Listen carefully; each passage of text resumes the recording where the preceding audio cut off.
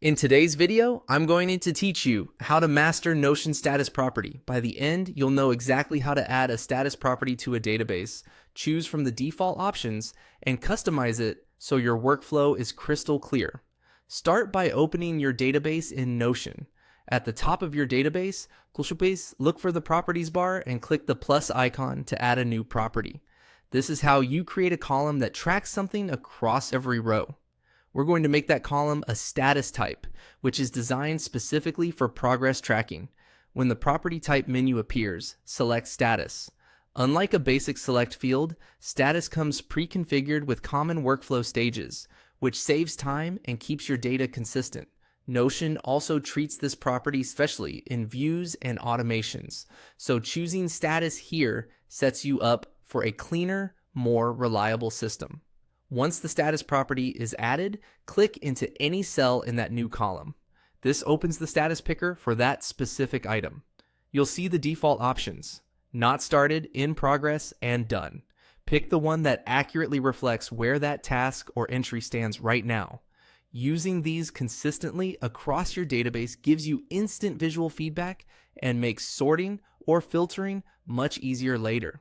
If you want to fine-tune how your statuses look or behave, open the property menu for the status column and click Edit Property.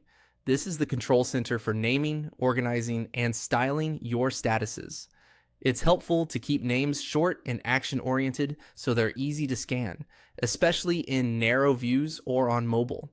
Inside the Edit panel, click the plus icon to add more statuses. This is great when your process has an extra phase like blocked or needs review. As you add options, consider assigning distinct colors and keeping the list focused. Too many statuses can slow you down and make filtering less clear.